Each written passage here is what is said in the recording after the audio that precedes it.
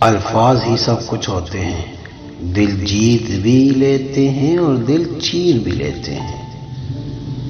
جس کا اخلاق اچھا ہے وہ اپنا کام خوش اسلوبی اور آسانی سے کر سکتا ہے اور دوسروں سے کروا سکتا ہے۔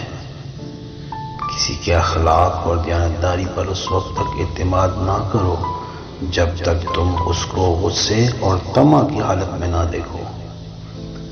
ڈگری تو محض تعلیمی اخراجات کی رسید ہوتی ہے، علم تو انسان کے گفتگو اور عمل سے ظاہر ہوتا ہے۔ دنیا کے سبھی لوگ خوبصورت ہے، بدصورتی تو ہمارے رویوں اور سوچ میں ہے۔ بد اخلاق وہ ہے جس کا غصے کی حالت میں اپنے آپ پر قابو نہ رہے۔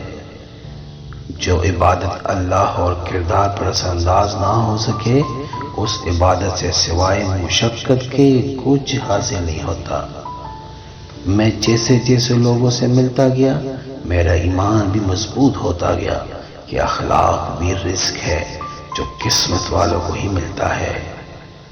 اخلاق ایک دکان ہے اور زبان اس کا تالا ہے۔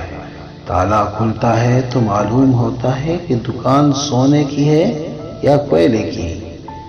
خوبصورتی کی کمی کو اخلاق سے پورا کیا جا سکتا ہے مگر اخلاق کی کمی کو خوبصورتی پورا نہیں کر سکتی۔